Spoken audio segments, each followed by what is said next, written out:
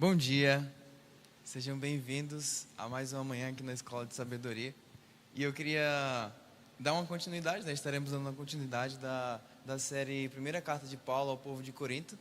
E hoje, um tema muito especial, que nessa carta, no capítulo 15, que a gente vai falar um pouco, a gente acabou de sair do capítulo 14, que fala do dom de profecia e tal, que a gente tem que edificar o corpo de Cristo em amor, através dos dons. A gente vem ali nessa crescente. Paulo ele vai exortar o povo de Corinto, porque eles estavam acreditando em uma mentira que ia de encontro com a verdade do Evangelho, ia de encontro com a vivência do Evangelho. Eles estavam acreditando que não havia ressurreição dentre os mortos. Tá, mas como é que Cristo foi pregado, Cristo ressuscitou? Eles acreditaram no começo e agora eles não estavam acreditando que os mortos ressuscitavam. Ele ali não está falando de simplesmente uma ressurreição. Eles não acreditavam que Cristo tinha ressurgido em corpo. Eles não acreditavam na ressurreição do corpo, porque os gregos eles acreditavam que a alma não morria, mas o corpo voltava para o pó e era assim eternamente. Os judeus tinham uma seita que se chamava os saduceus, e eles não acreditavam na ressurreição dos mortos também. E ali Paulo ele vai entrar de confronto com isso, e ali a gente vai ver muito claro uma exposição do nosso futuro como um corpo glorificado. É ali que aparece pela primeira vez um corpo glorificado. E queria convidar você a abrir a 1 Coríntios capítulo 15.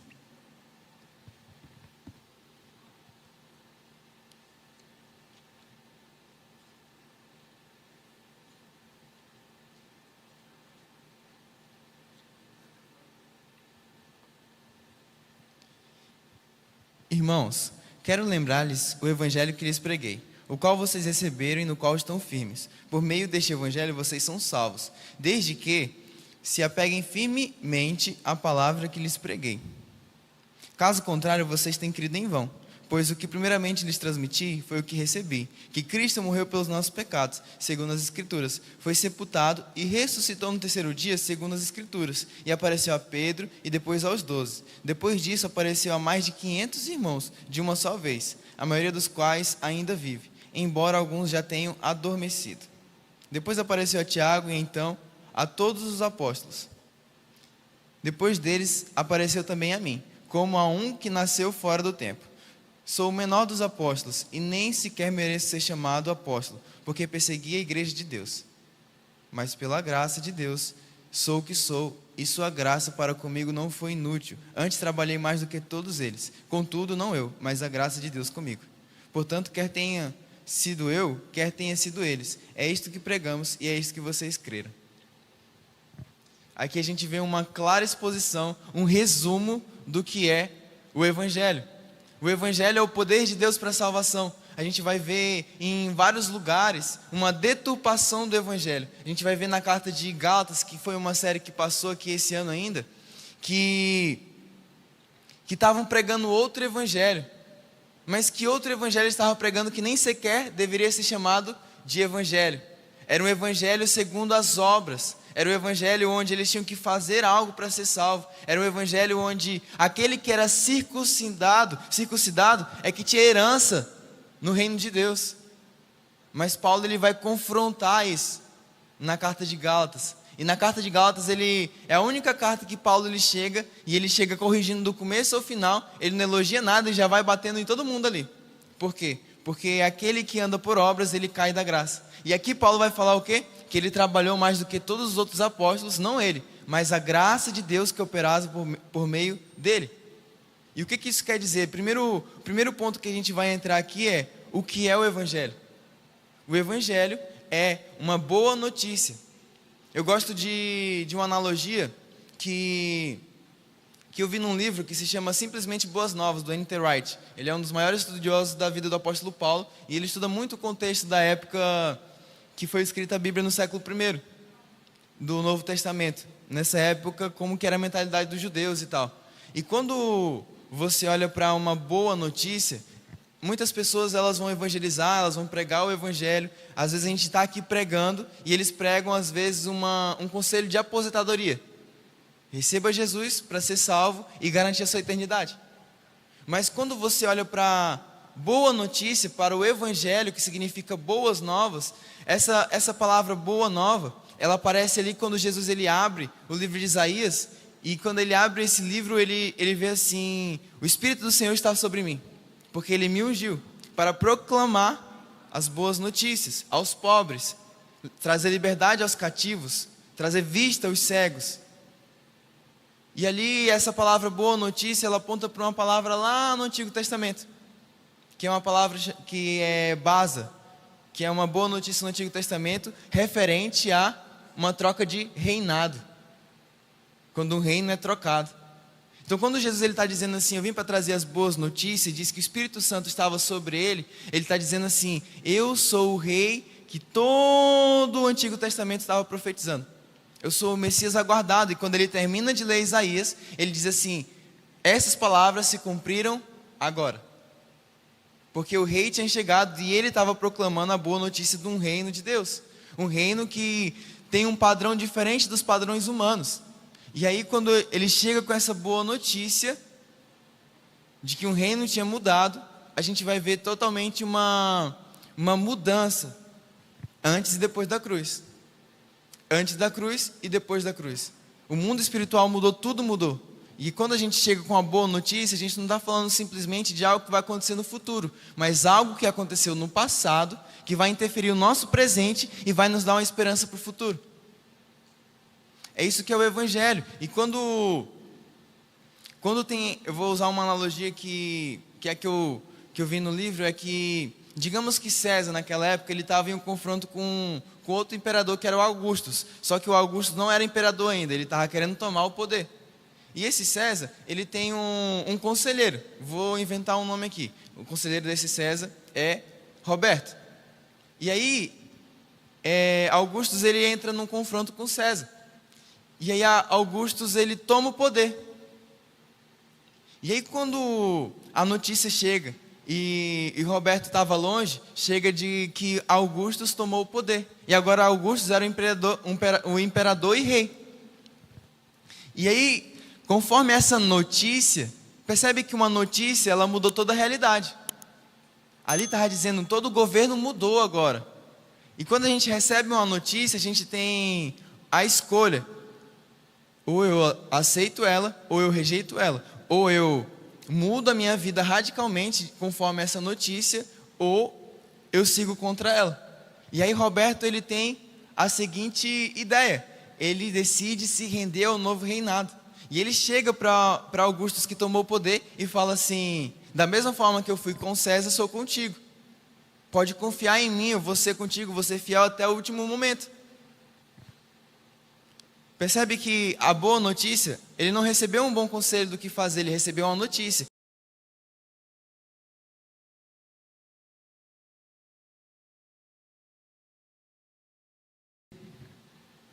Da mesma forma é o Evangelho. O reinado mudou. Estava nas mãos do príncipe desse mundo, mas agora Jesus ele vem. E ele toma o governo nas suas mãos, ele pega a chave do Hades e ele ressuscita. E ele está sentado no trono à direita de Deus. E agora toda a nossa realidade mudou. Quando a gente ora pelos enfermos, a gente fala em nome do rei. E aqueles enfermos têm que ser curados porque o rei ressuscitou e ele é o primeiro da ressurreição. E nós estamos sendo santificados. Eu gosto do que diz em Romanos, deixa eu abrir aqui minhas anotações. Romanos 4, 25 diz assim, ó: ele foi entregue à morte pelos nossos pecados e ressuscitado para a nossa justificação. Percebam que no começo da carta de Corinto, Paulo chama os irmãos de carnais. Paulo fala que tinha briga, que tinha gritaria entre eles, tinha calúnia, tinha adultério, tinha todo tipo de pecado, mas eles estavam andando em poder, em dons e manifestações e tal. Por quê? Porque eles estavam compreendendo o Evangelho em uma parte. Quando a gente começa a compreender em totalidade, Cristo começa a ser formado em nós, e a gente começa a andar em graça. Graça não é simplesmente um favor que eu não mereço, mas é poder de Deus que me capacita a andar no impossível, a andar no que somente Ele pode fazer. E eu digo para vocês, é impossível a gente vencer o pecado por nós mesmos. Por isso que somos salvos pela graça. A graça de Deus nos capacita. Jesus disse assim, aquele que a lei diz, não matará. Mas eu digo para vocês, se você odiar no seu coração, você já matou. A lei diz, não adulterarás, mas eu digo que se você cobiçar uma mulher no seu coração, você já adulterou. E depois ele termina dizendo, se a justiça de vocês não for superior à dos fariseus, é em vão que eu estou aqui. Por que ele está dizendo isso? Ele está dizendo que era impossível cumprir a lei. Paulo vai dizer, se você errou em um tópico da lei, você já quebrou toda ela. São 613 ordenanças e você tem que respeitar cada uma minuciosamente. Mas aí Jesus ele vem e ele diz assim, beleza, isso daqui é o nível que eles estão. Mas vocês que são os meus discípulos, o nível é maior. Então percebam que cumprir a lei é impossível. Imagina o nível que Jesus levou os discípulos. É mais impossível ainda. Por quê? Porque a lei ela tem o seguinte propósito, ser uma tutora. E para revelar a nossa natureza pecaminosa, para que a gente perceba que não conseguimos fazer nada sem Deus. E nos arrependermos e buscarmos a capacidade dEle. E aí a gente percebe que quando Jesus ele coloca o nível aqui, era para eles terem a consciência de que eles precisavam dEle. De que eles precisavam da graça dEle. Que eles precisavam da capacitação do Espírito Santo. A Bíblia vai dizer que o fim da lei é Cristo, para que todo aquele que nele crê, prossiga, mas por que o fim da lei é Cristo? Não quer dizer que a gente vai descumprir a lei no sentido de virar as costas para aquilo, que Paulo vai dizer que a lei é justa e boa. Se a gente não tivesse a lei, a gente não perceberia o que é pecado.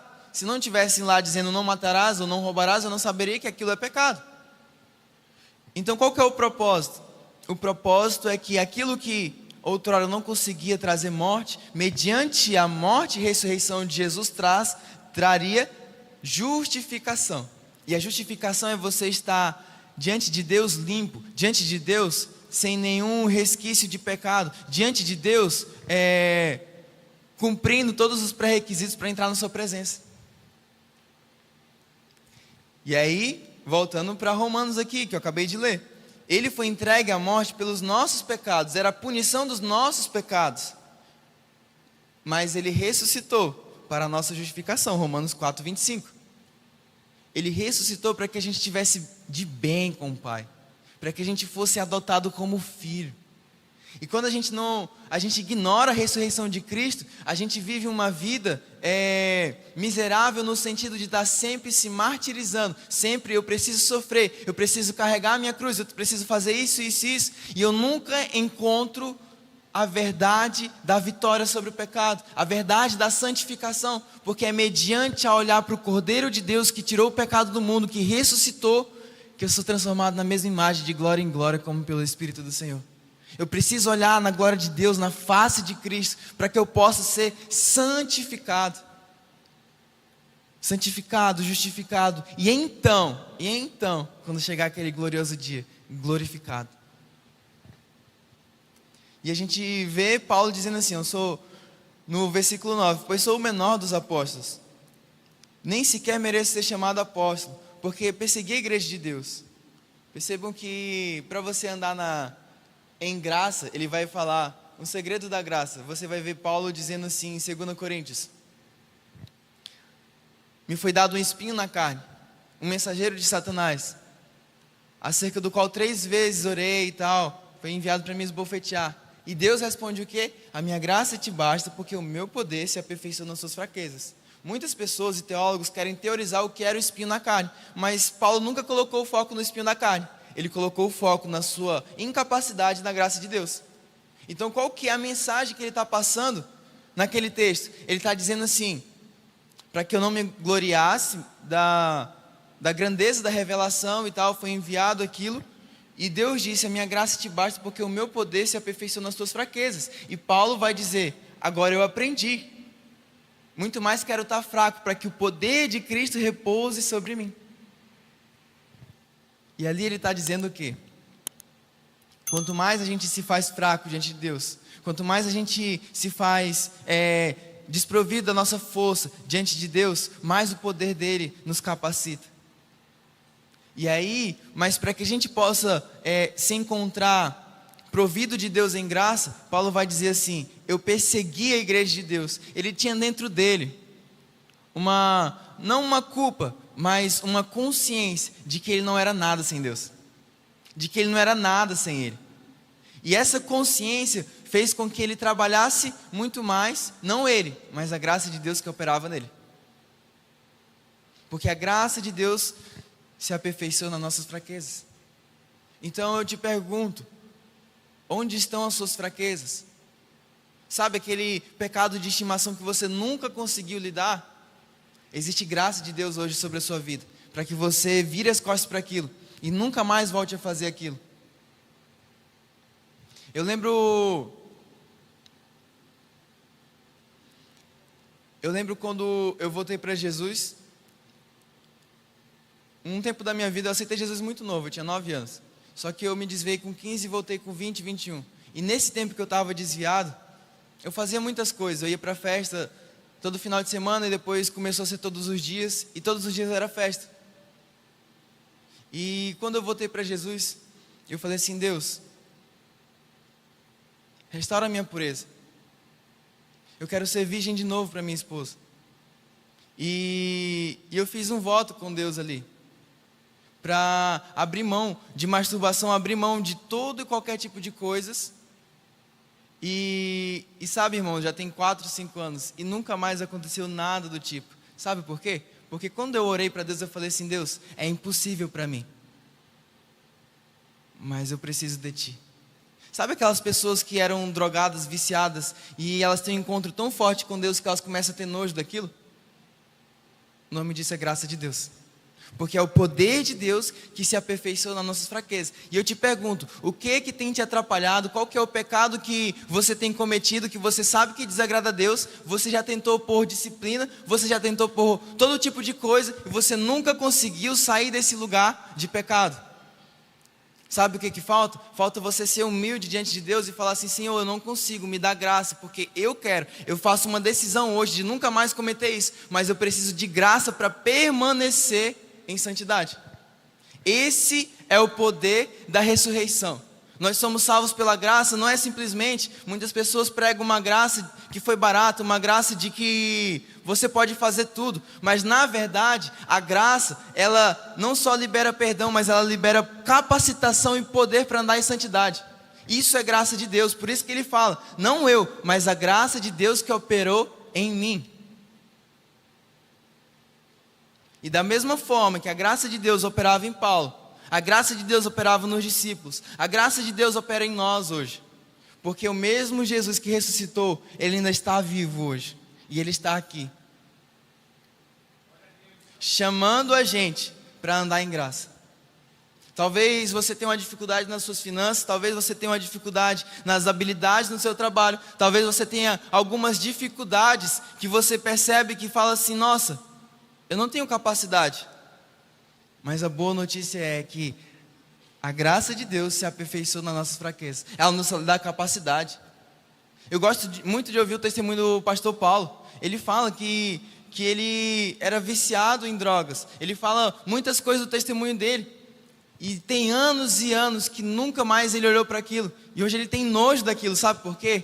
Graça de Deus. Mas ele tomou uma decisão firme no coração de virar as costas para aquilo, mesmo sabendo que era impossível na capacidade humana. Por isso que Paulo, ele vai reprimir o povo de Gálatas, porque eles estavam fazendo o quê? Na força do braço. E ali, Deus ia se afastar deles, porque aquele que anda por obras, ele já caiu da graça de Deus, e já não precisa mais do sacrifício de Jesus. Nós precisamos aprender a andar em graça. Precisamos aprender a andar em graça. Se você, eu sei que eu preciso jejuar, eu sei que eu preciso passar um dia inteiro sem comer, eu quero fazer isso, mas eu não consigo, eu me vejo incapacitado, quero passar 2, 3 dias sem comer, é impossível para mim, eu sinto fome, eu sinto dor de cabeça, eu sinto isso e aquilo. E a minha resposta para você é: graça de Deus, apenas decida e fala assim: Senhor, eu não consigo, mas o teu poder se aperfeiçoa nas minhas fraquezas. Diga ao fraco que estou forte. Eu lembro quando eu comecei uma vida de jejum e eu não conseguia passar um dia, eu já ficava meio assim. Só que eu aprendi a andar na graça de Deus. E depois eu consegui passar dias e dias e dias sem comer. Fiquei magro. Mas todos os dias eu levantava fraco e eu falava assim: Senhor, a tua palavra diz, a tua graça se aperfeiçoa nas minhas fraquezas. E digo ao fraco que estou forte. E quando eu levantava, irmãos, era como se viesse um poder do alto sobre mim. E eu conseguia ter muito mais energia do que se eu estivesse comendo dias e dias. Sabe por quê? Primeiro ponto, eu me via fraco. Segundo ponto, eu aceitava que eu não era capaz sozinho. E o terceiro ponto, eu pedia da graça de Deus. Precisamos da graça de Deus para todas as áreas da nossa vida. Precisamos da graça, precisamos compreender a graça de Deus. Sabe qual que é a primeira menção da graça de Deus? É com Noé. Gênesis 6:8 diz assim: Noé encontrou graça diante de Deus. Eis a vida de Noé. Noé era um homem justo e íntegro. Bota Gênesis 6:8 para mim, por favor. Porque se a gente não entende a ressurreição, a gente não consegue andar em graça. Uma coisa está simplesmente atrelada à outra. Porém, Noé achou graça diante do Senhor. Próximo.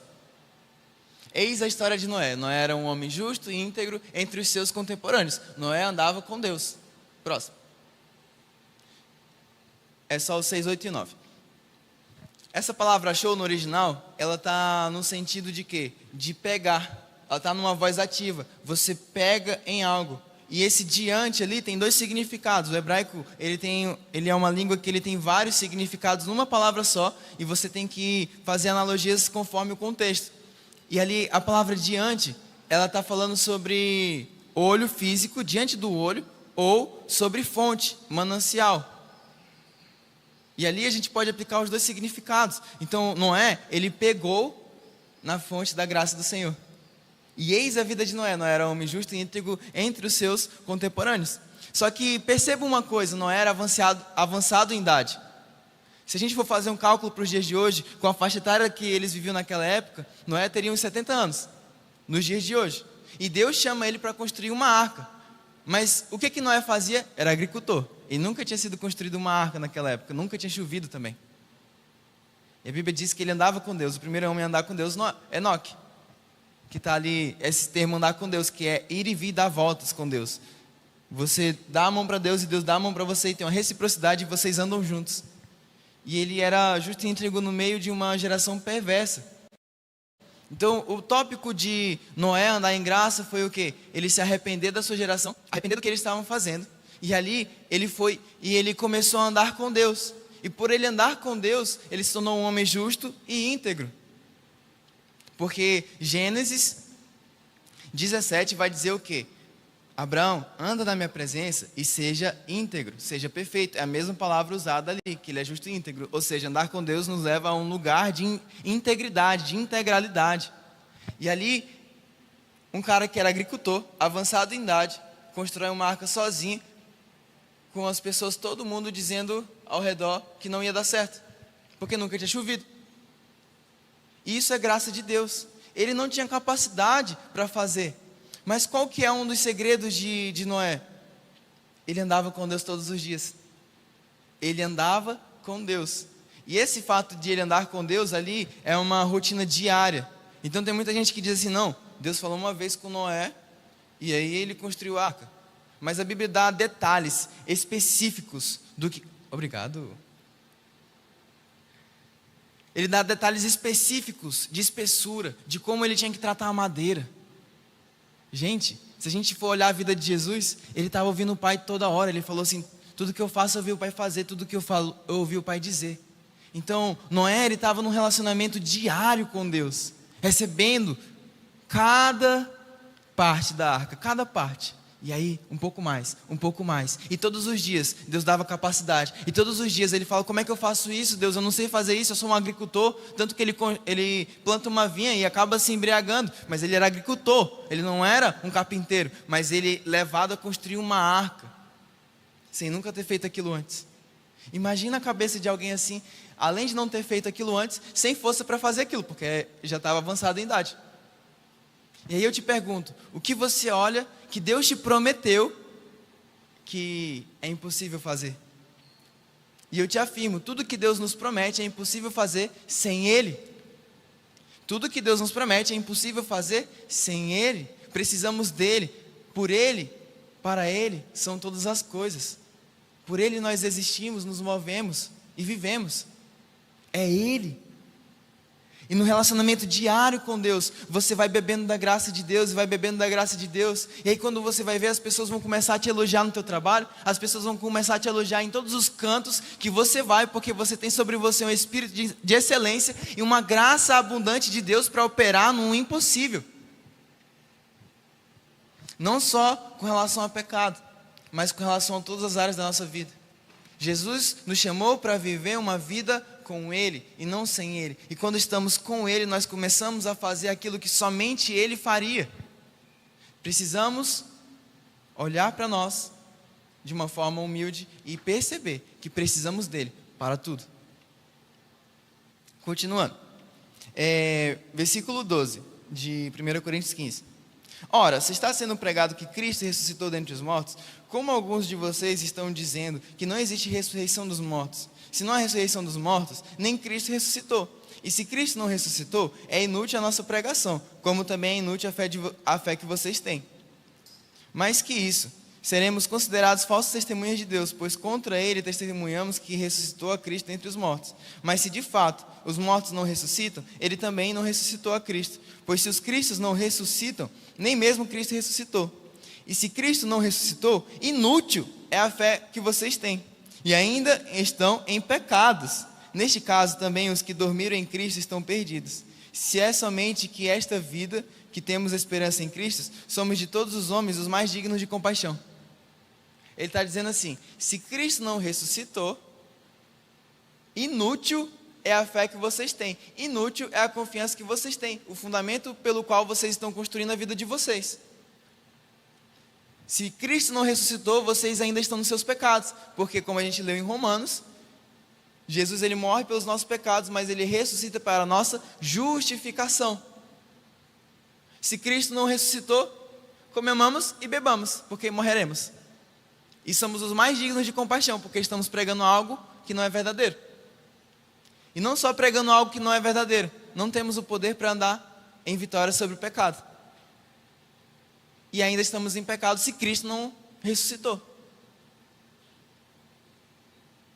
Mas, lá o versículo 20, mas, de fato, Cristo ressuscitou dentre os mortos, sendo Ele as primícias, dentre aqueles que dormiram. Visto que a morte veio por meio de um só homem, também a ressurreição dos mortos veio por meio de um só homem. Pois da mesma forma como em Adão, todos morrem, em Cristo, todos serão vivificados. Mas cada um por sua vez, Cristo primeiro, depois, quando Ele vier, os que lhe pertencem.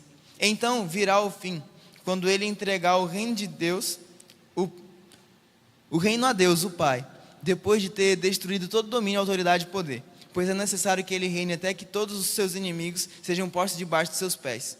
O último inimigo a ser destruído é a morte, porque Ele disse, tudo sujeitou debaixo de seus pés. Ora, quando se diz que tudo lhe foi sujeito, fica claro que isso não inclui o próprio Deus, que tudo submeteu a Cristo. E a gente volta para aquela aula de que Cristo é o cabeça do homem e Deus, o Pai, é a cabeça de Cristo. No sentido de autoridade. E quando tudo for subjugado a Cristo, Ele vai devolver o governo para o Pai. Porque tudo foi sujeito a Ele. Então, o que Ele está querendo dizer com isso tudo? Por que o último inimigo é a morte? Quando foi que a morte entrou na humanidade? Depois do pecado de Adão. Se comeres desse fruto, certamente morrerás. E ele fala que a morte veio por um só homem, mas a vida veio por um só homem. O pecado entrou pelo único homem, mas a justificação entrou por um único homem. O primeiro Adão e o segundo Adão. Jesus é o segundo Adão que traz vida e traz a vitória definitiva sobre o pecado. E sobre todo tipo de morte e consequência do pecado. Então, quais áreas da vida de vocês, da nossa vida, tem morte? Seja no nosso trabalho, seja na nossa família, seja algo que condiz ou contradiz com o reino de Deus. Essas áreas precisam ser confrontadas com a ressurreição de Cristo. Porque Ele não só pagou o preço pelos nossos pecados, mas Ele ressuscitou, e Ele governa, e Ele é vencedor, e Ele venceu a morte. Ele venceu a morte. Não estamos mais debaixo da lei do pecado e da morte, mas sim a lei do Espírito e da vida. A nossa regra hoje é a vida e não a morte. A nossa regra hoje é a santidade e não o pecado. Muitas pessoas olham para si como pobres, pecadores, porque eles só olham para a morte de Cristo. E não olham para si como filhos de Deus, lavados e remidos, justificados, porque nós temos que olhar não só a morte de Cristo, mas a sua ressurreição. E então, quando entendemos a nossa identidade de filhos de Deus, começamos a nos comportar como tal. Não tem como eu entrar numa luta contra o pecado sem eu entender que eu sou filho de Deus, sem eu entender o preço que foi pago e mais, que Ele ressuscitou. Nós só podemos vencer algo quando nós entendemos quem nós somos. Quando nós temos uma falsa ideia sobre a nossa identidade, quando nós olhamos para nós mesmos, numa ideia muito deturpada de quem nós somos, as nossas atitudes vão ser uma consequência da nossa visão de nós mesmos. Então, se você quer vencer algo com relação ao pecado, com relação a outras áreas da sua vida, comece a se enxergar diferente. Comece a olhar que você é o Filho de Deus. Comece a olhar para si mesmo como aquele objeto do amor de Deus, com aquele que Jesus ele pagou mais alto preço por você e por mim. Comece a se enxergar diferente. As suas atitudes vão ser diferentes, mas como que a gente pode se enxergar diferente? Queria que você abrisse, colocasse no telão 2 Coríntios 3:18. 2 Coríntios 3:18.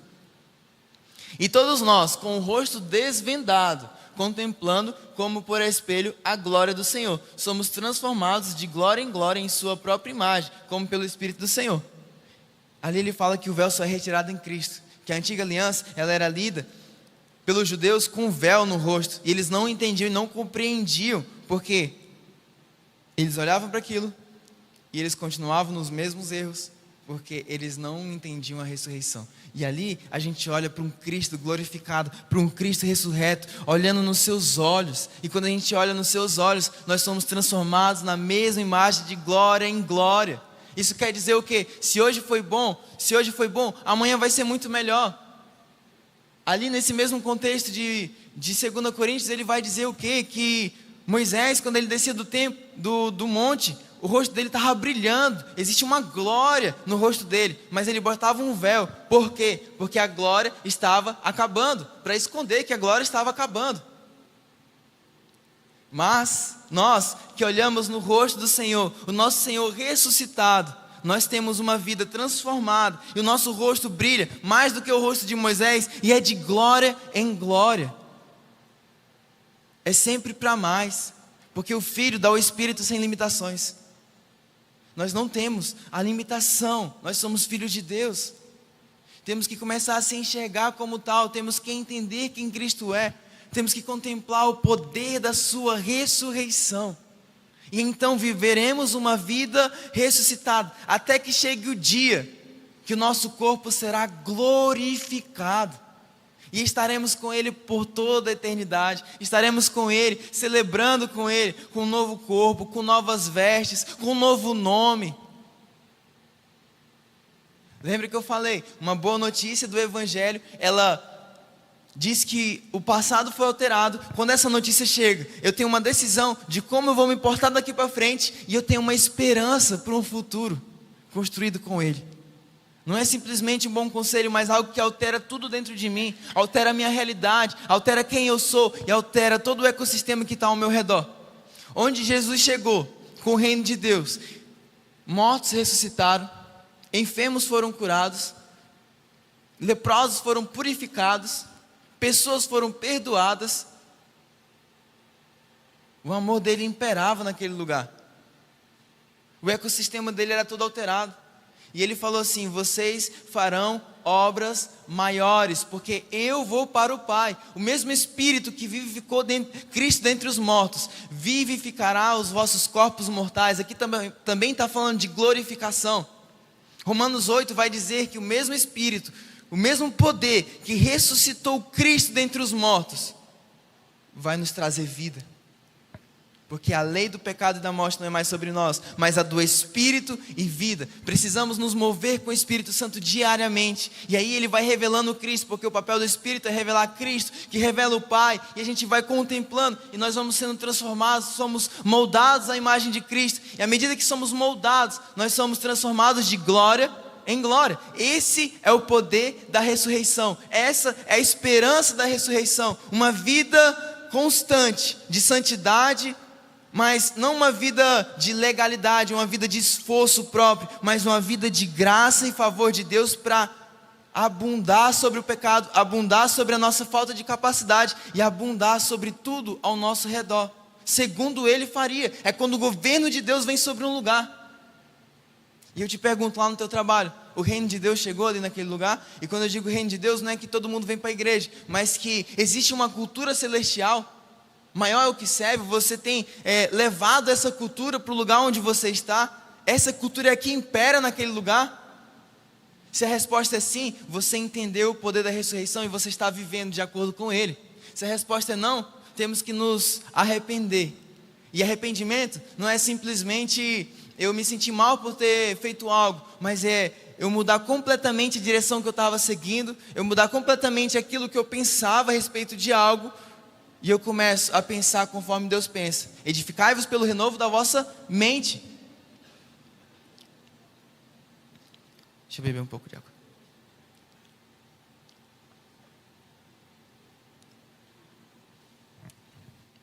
Tá.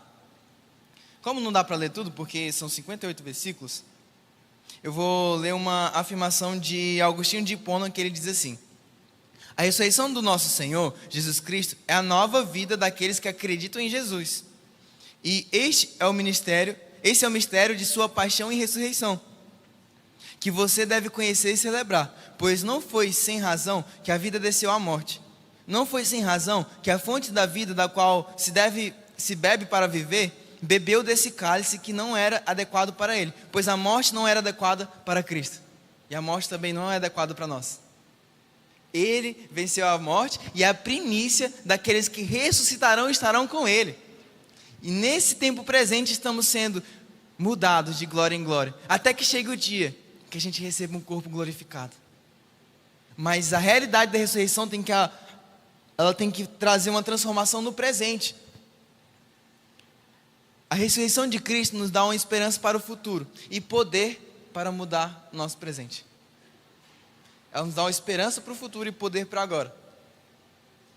Mas temos que olhar para trás e contemplá-lo. Como?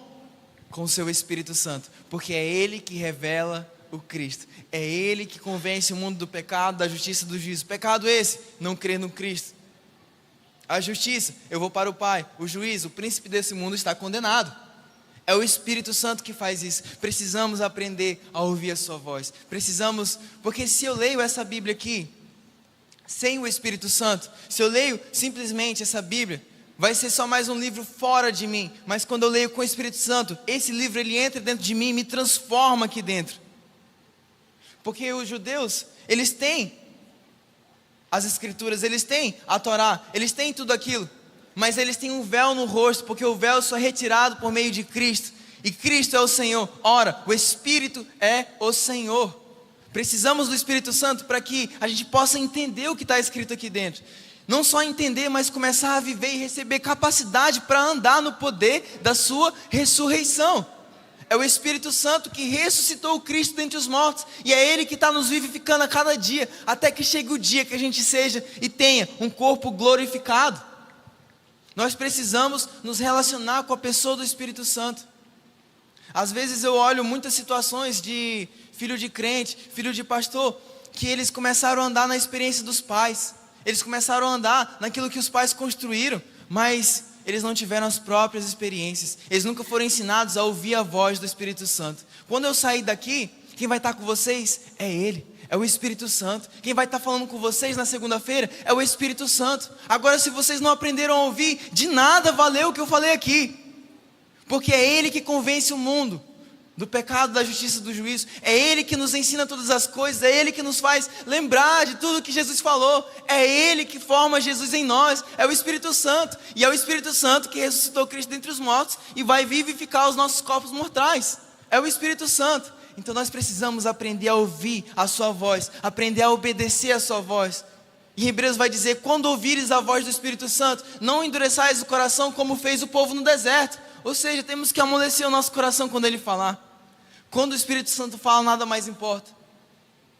E temos que ser radicais ao ouvir a voz dEle, porque Ele é o mais importante. Ele é a pessoa mais importante dessa terra, é o Espírito Santo. Jesus, Ele ressuscitou, sim, Ele está com o Pai, mas Ele derramou outro conselheiro que estaria conosco até a consumação dos séculos. O Espírito Santo é o selo da nova aliança. O Espírito Santo é aquele que vai nos levar a compreender o que está sendo dito aqui. E não só compreender aqui, mas compreender aqui. É Ele. E é Ele que está fazendo o teu coração queimar agora. É o Espírito Santo. Então quando você chegar em casa, agora aqui no culto, simplesmente pergunte: Espírito Santo, o que o Senhor quer falar comigo? O que o Senhor quer mudar aqui no meu interior? É o Espírito Santo. O que você quer mudar lá no meu profundo? Porque Jesus, Ele vai repreender os fariseus, porque eles limpavam o exterior do copo, mas eles não percebiam que dentro estava sujo. E a nova aliança é a aliança de Deus em Jesus, que a gente entra pela fé. A antiga é a da lei. E o ministério do Espírito é a nova aliança. Em Jeremias vai dizer o quê? Farei uma nova aliança com vocês. Não como eu fiz com o povo no deserto, que eu tirei do exílio, mas uma aliança onde eu escreverei a minha lei nos seus corações. E não ensinará um ao outro a respeito: conheçam o Senhor, mas eu vos ensinarei do menor ao maior, do maior ao menor, me conhecerão. Através de quem? Do Espírito Santo.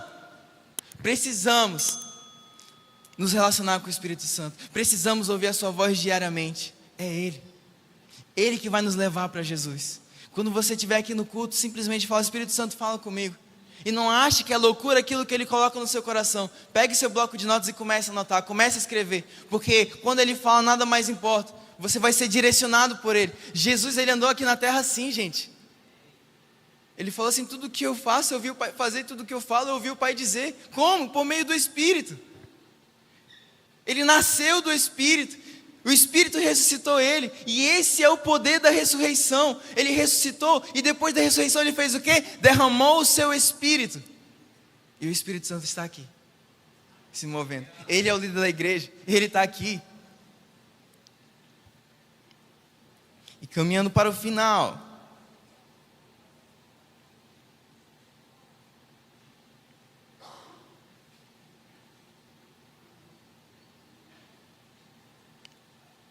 Primeiro Coríntios 15, 54 ao 57.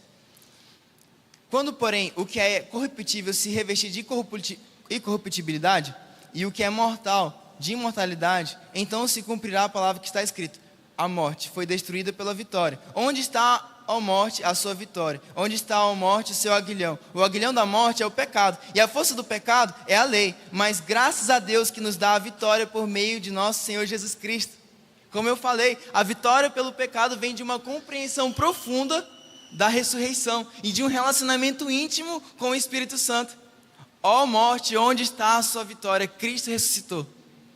Queria te convidar a ficar de pé. Vamos encerrar aqui. Antes de eu encerrar, tem como passar o próximo slide?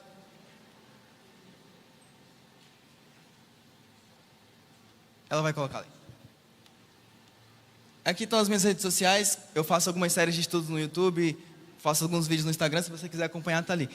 E eu queria que você colocasse a mão no seu coração. Como foi ministrado aqui, nós precisamos de graça de Deus para andar em vitória sobre o pecado, para andar em vitória, uma vida de santidade, uma vida onde a gente vai além da nossa capacidade. Queria que você fizesse uma oração, enquanto eu vou orando aqui.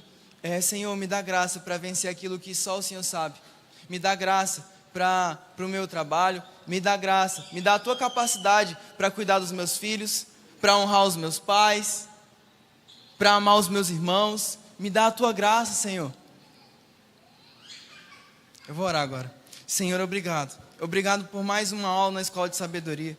Senhor, não foi simplesmente uma aula, mas foi o teu Espírito fluindo aqui nesse lugar. Eu quero declarar graça sobre essa igreja, graça e favor sobre cada um que está aqui. Aqueles que tinham lutas, pecados de estimação, que eles recebam graça para andar em vitória sobre isso. Que aquilo que eles faziam, eles sintam nojo de fazer depois, assim como o Senhor fez comigo. Eu sei que o Senhor tem poder e o Senhor está aqui, o Senhor ressuscitou. Ó morte, onde está o seu aguilhão? A força da morte é o pecado, mas o Senhor venceu a morte. E agora nós temos a capacidade de vencer o pecado por causa do Senhor. Eu declaro em nome de Jesus graça, favor, a tua capacidade, Senhor, sobre cada um aqui. Que haja um liberar, uma nova, uma abertura nos ouvidos espirituais para que cada um possa ouvir a tua voz e andar contigo, como o Senhor andou com o Espírito Santo aqui na terra. Como o Senhor quer que a gente ande. Espírito Santo tem liberdade sobre cada um que está aqui. Fala conosco, queremos ouvir a tua voz.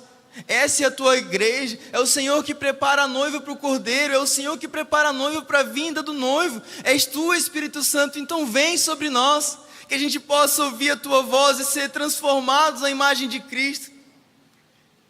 Declaro em nome de Jesus que todos aqueles que estavam com dores, eu declaro sejam curados agora.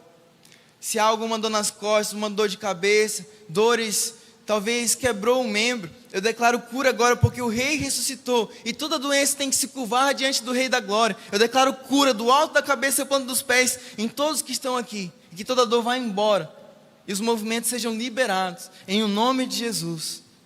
Amém.